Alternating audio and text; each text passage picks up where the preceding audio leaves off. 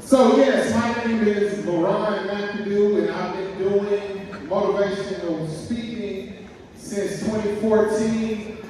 I've been in the classroom since 1994, so I got over 30 years of experience doing what I do in the classroom. However, first I want you all to repeat something after me, all right? Dig deep every heartbeat. Dig deep every heartbeat. To every breath I give. To every breath I give. No one will ever live. No one will ever live. That's an affirmation that I say to myself, and it's about myself, and I want you to have that affirmation as well, and that is very much a part of what hip-hop did for me. It was a call and response. It was something that said, this is something I need to do, this is something that I need to be a part of. I want to talk about something that's recent history, but to you all and the young people out there, you're going to say, man, that was a long time ago. 1960s and 70s. That was something that was going down in the streets of America. So I'm going to talk about the hip-hop elements. I want you to think back in your creative imagination back to late 60s, early 70s. There were young people who were doing all kinds of things, and I want you to raise your hand if your parents named you after you were born. After you were born, my parents named me.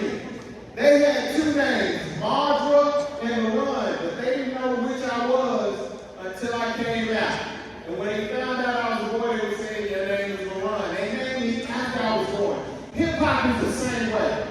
All of the elements of hip-hop already existed before it got its name. It didn't get its name till 1973, but in my hip-hop study, in my hip-hop experience, hip-hop had been around at least by 1970. Even though there were mainly black people who created this culture that I got involved with called hip-hop, Hispanics were a part of that as well. And so what happened was the first element came about.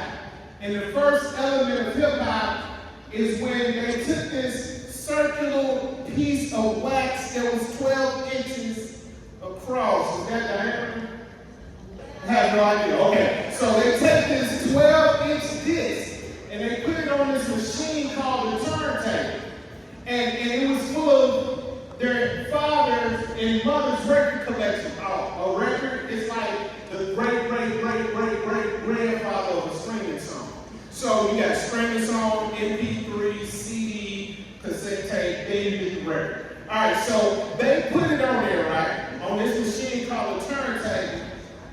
And lo and behold, they say that this brother named Grand Wizard Theodore, that's an ironic name, you might get that later. But Grand Wizard Theodore accidentally bumped the record and it went zip it. And he was like, what?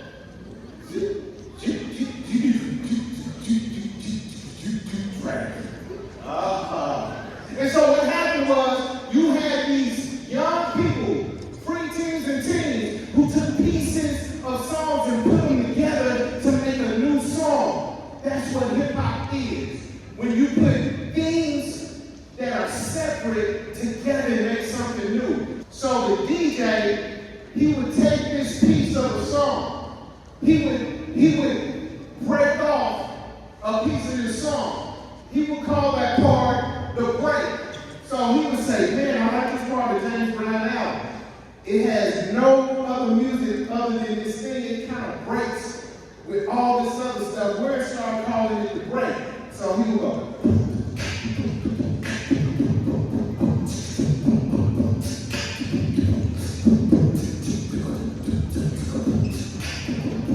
And he would start it over, and he would make that break last a long time. He would have some over here like, I don't know, twinkle, twinkle, little star. I'm going to divide it. All right, everybody on this side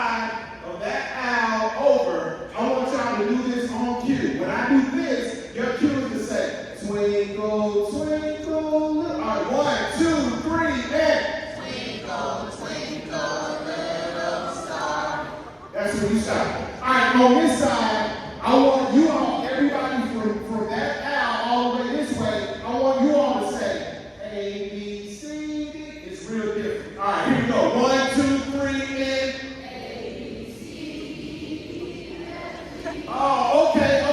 So he would put that together if he was a DJ and it would sound something like this.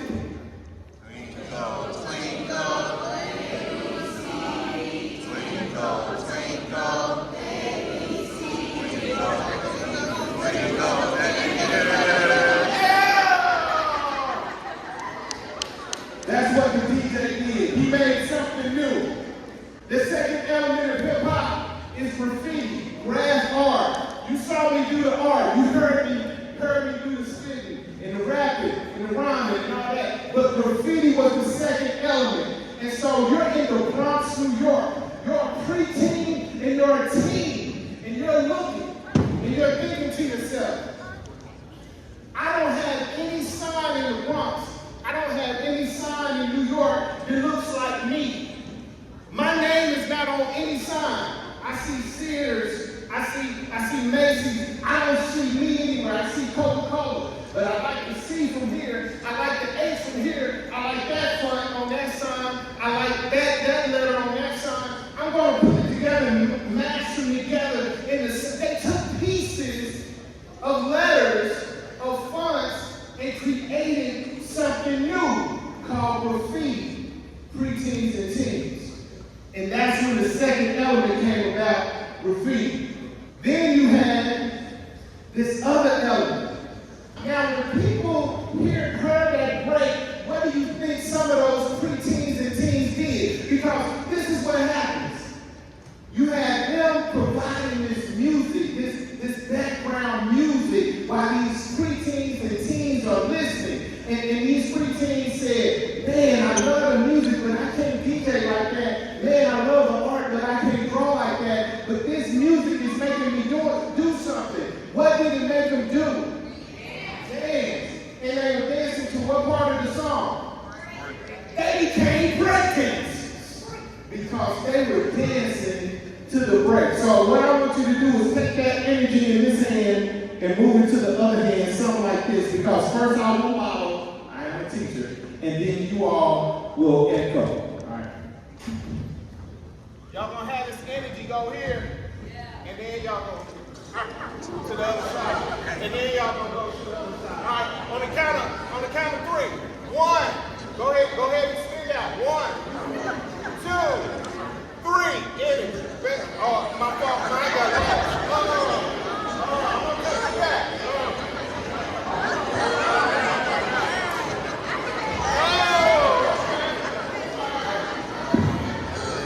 So, you had these preteens and these teens who what they did was they saw gymnastics, they saw martial arts, they saw tumbling, they saw all of these different forms of moving their bodies, and they said to themselves, that's what I can do, and that's what I want to do. So they combined one move from karate, one move from judo, one move from ballet, one move from floor exercise and gymnastics, and they turned it into something called b-boying. They were break boys and break girls, and they were doing what's called breakdancing today.